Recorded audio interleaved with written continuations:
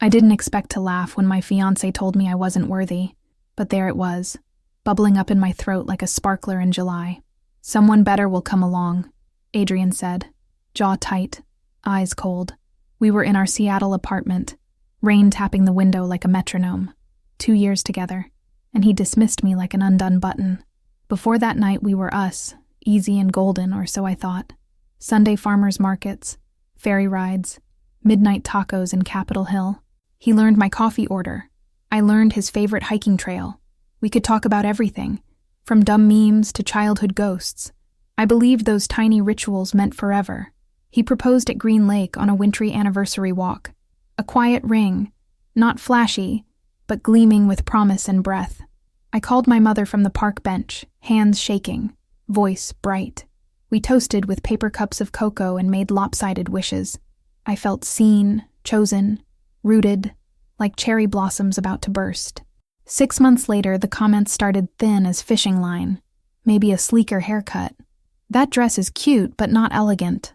Then came jokes in front of friends that weren't really jokes. He called my job comfortable, like a chair that sagged. I tucked away the sting and called it stress. The night he told me I wasn't wife material, time slowed. He said his family worried I couldn't represent him well. He said he'd been settling, like I was a discount shelf. My laugh cracked the air, a sudden liberating wrong note. I stood, grabbed my purse, and chose the door. I spent the night at Jessa's place, couch smelling like oranges. We whispered under the hum of her dishwasher and hurt. The tears were late, stubborn, then unstoppable at 3 a.m.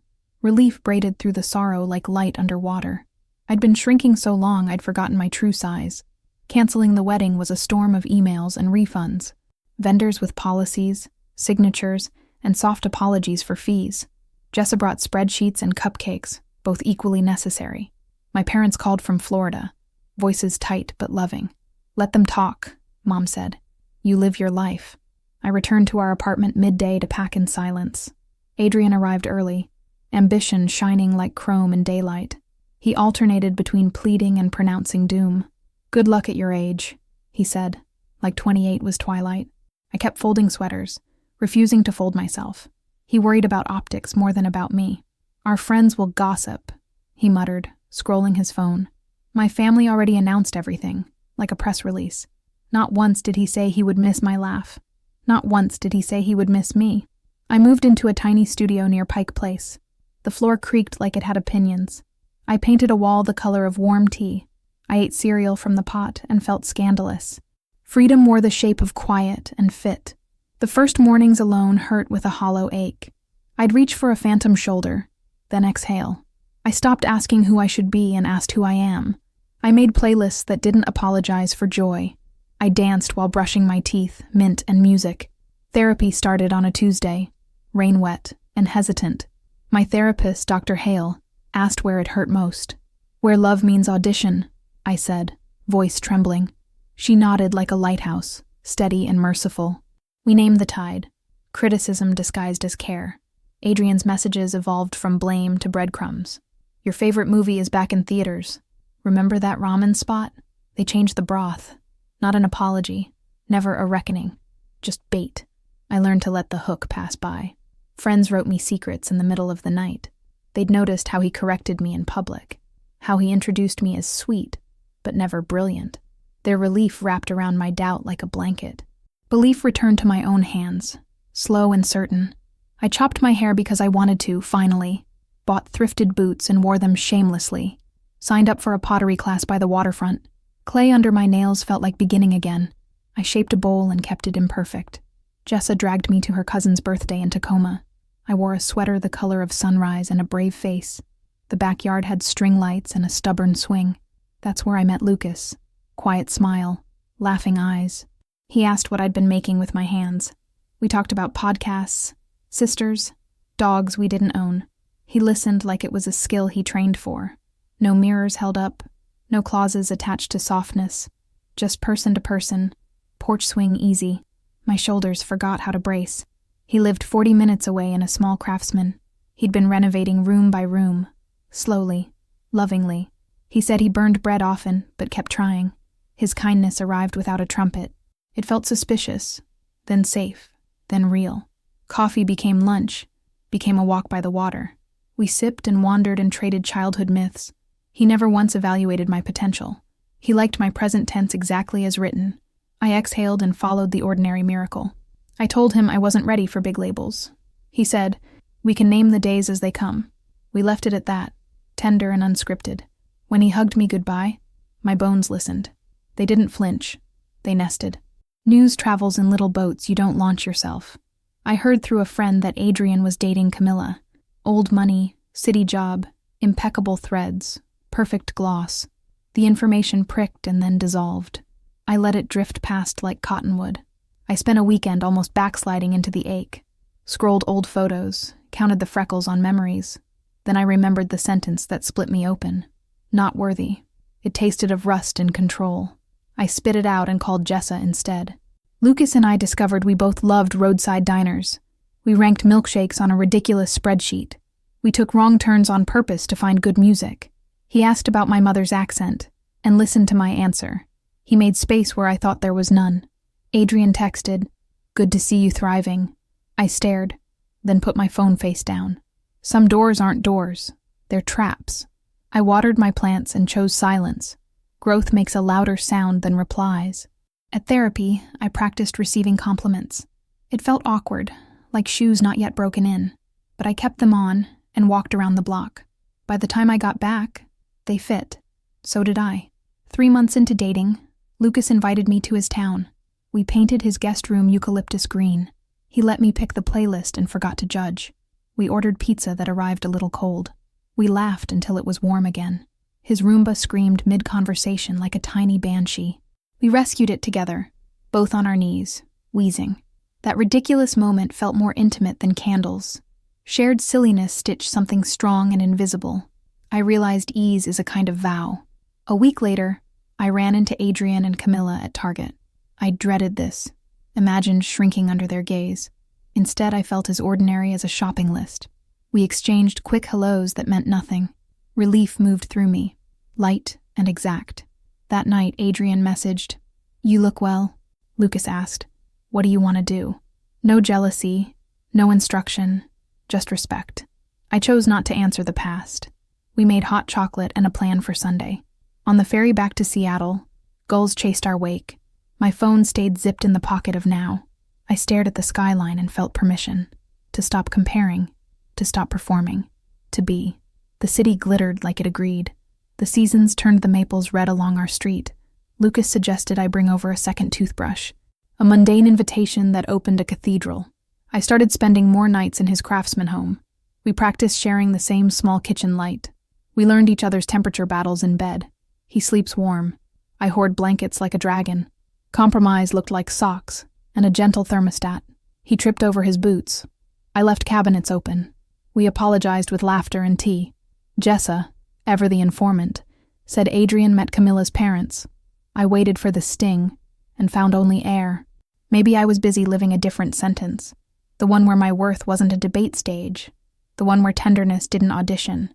Adrian's messages shifted again, careful and frequent. "Remember that band we loved? They're back in town." I typed 3 drafts and sent none. Boundaries became a muscle I enjoyed flexing.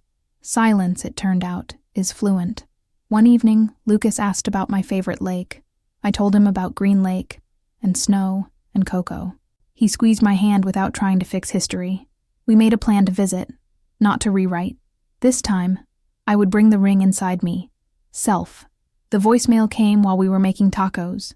Adrian's voice sounded careful, practiced, almost kind. He wanted to apologize in person, to clear the air. Lucas handed me the phone like a lit match. "Your call," he said, steady as a kitchen table. I texted back that I wished him well, not meetings. He wrote, "I was under pressure," a tired refrain. No mention of how pressure isn't a license to wound. I typed, "Take care," and left it at that. The past rattled, but the latch held. On Saturday, Lucas asked if I'd move in. No fireworks, no script, just the calm of certainty. We made a checklist with dumb little boxes. I packed my plants and my chipped mug. We fit my life into his life like puzzle pieces. At night, I lay awake listening to his breathing. It was the first soundtrack that didn't ask for edits. I thought of the word worthy like a paper crane. Fragile once, now flying in a room with open windows. I fell asleep mid-flight and didn't fall. Jessa dropped another neighborhood rumor on Sunday. Camilla had been seen with a man named Aaron. Train buddies turned coffee dates turned laughter. I swallowed the taste of strange relief. Gentle and clean. Not revenge. Just proof the world keeps spinning. 6 months after the boxes were gone, leaves blazed scarlet. We picnicked at Discovery Park, wind tangling my hair. Lucas asked without kneeling, eyes bright, voice soft. I can't picture a future that doesn't have your laugh. A vintage sapphire rested in his open palm. The ring had belonged to his grandmother in Ohio. It carried the warmth of hands that loved long. I cried the good kind of tears that clear vision. Yes, I said, like the answer had always waited. The sky seemed to lean in and listen. That evening we told family over video calls. My parents screamed, then cried, then blessed the screen. Jessa popped a confetti cannon in the living room. Glitter stuck to our socks and everything important. Sometimes mess is the holiest part. Adrian texted, didn't realize it was this serious. As if love were a race he'd forgotten to enter. Lucas glanced, then shrugged, like swatting a fruit fly. We blocked the number together, 4 thumbs decisive. Silence followed like fresh snow, crisp and kind. We chose a small ceremony by the Puget Sound. Nothing grand, everything honest. Vows, friends, soup. I bought a dress that fit my smile first. No committee, no critique, no careful translation. Just fabric and light saying, finally you. It rained at dawn, a soft blessing on the pier. My veil flirted with a rose bush and lost. A toddler announced urgent business mid-vows. We paused. Laughter rolled through the crowd like warm thunder. We said I do between raindrops and joy. The officiant's mic fizzled, so we spoke louder. Our promises traveled across gulls and gray water. I told Lucas I'd choose the long, ordinary days. He promised to fix nothing that wasn't broken. We kissed, and the sound clapped quietly. Monochrome clouds made every color look truer. Jessa wiped my lipstick and whispered, you did it. I felt every woman who ever doubted herself breathe. Worth stopped being a verdict and became a sunrise. I kept my eyes open for all of it. During the reception, my phone buzzed 3 times. Monica, our unofficial bouncer, held it hostage. Later I saw the missed calls. Adrian, Adrian, Adrian. I slid the phone into a drawer of Now. We danced to a song with no choreography. That night the hotel window framed a wet city. We ate cake with our fingers and no apologies. Lucas traced a circle on my wrist, home-shaped. I slept like the world had unknotted itself. Morning arrived tender and unafraid. We honeymooned in a small Oregon coast town. Boardwalk salt, thrift stores, clam chowder too hot. We counted everything blue. Sky, blankets, teacups, hope. No agenda, just long walks and borrowed bicycles. Happiness fit like sneakers, not glass. Back home, my phone lit up ferociously. 17 missed calls, messages blooming like weeds. I made a huge mistake, Adrian wrote. The old ache stayed asleep, merciful and wise. Lucas said, want me to handle this? When the phone rang again, he picked up. Hello, Ruby's phone, he said, warm and unmoved. She's unpacking from our honeymoon. This is her husband. Silence strained on the other end, then cracked. Congratulations, Adrian managed, small as a pin. Lucas thanked him, firm as a gate that swings. We prefer no further contact, he added gently. No triumph, no swagger, just boundary and calm. He hung up and kissed my forehead. Let's make grilled cheese, he said, saving the day. I stood there, suddenly lighter by a decade, being protected without being possessed. What a grace. Love that doesn't compete with my voice. Love that trusts me with my own past. I pressed yes on every page ahead. 15 months in, we found a 90s ranch in Tacoma. Peeling wallpaper, earnest windows, a stubborn backyard. The dishwasher baptized the kitchen on day 2. Squirrels held a family meeting in the attic. We learned the language of home. Caulk, patch, patience. We hosted a housewarming with chili and cheap wine. String lights made everyone look beloved. I arranged snack platters like mosaics of welcome. The half-painted hall apologized on our behalf. People came anyway, which is the point. Monica caught me by the sink, eyes wide. Adrian is outside, she whispered, mouth full of caution. He held a bottle I used to buy on sale. His shirt wrinkled, his smile loose at the edges. Lucas found my hand and didn't let go. We greeted him on the porch, civil and still. He asked about the neighborhood, the weather, the grill. Lucas nodded like a man at a crosswalk. I called Adrian an old friend to keep peace. Generosity sometimes wears a name tag. Then a cousin said we looked perfect together. Adrian muttered, "She wouldn't be here without me." He launched into a speech about preparing me, as if harm had been mentorship, as if scars were gifts. Lucas stepped in, voice unshaken and clear. "My wife's growth isn't credit you can claim," he said. "Kindness grew it, work grew it. She did." He suggested we return to celebrating our house. The air steadied around his words like a porch beam. Adrian blinked, then aimed at me again. "Ever wonder what could have been?" he asked, as if he hadn't closed that door himself. I told him I don't wonder. I wake up, grateful for the life that fits and lifts. Worthy isn't bestowed, I said. It's recognized. Monica, angel of timing, mentioned Camilla and Aaron. Married last month, baby due in summer, new house. She showed a photo, 2 people looking quietly happy. Adrian's face did long math and came up empty. He finished his drink and asked for an Uber. Lucas walked him out beneath the patient maple. Self-assured, not stubborn, I heard him say softly.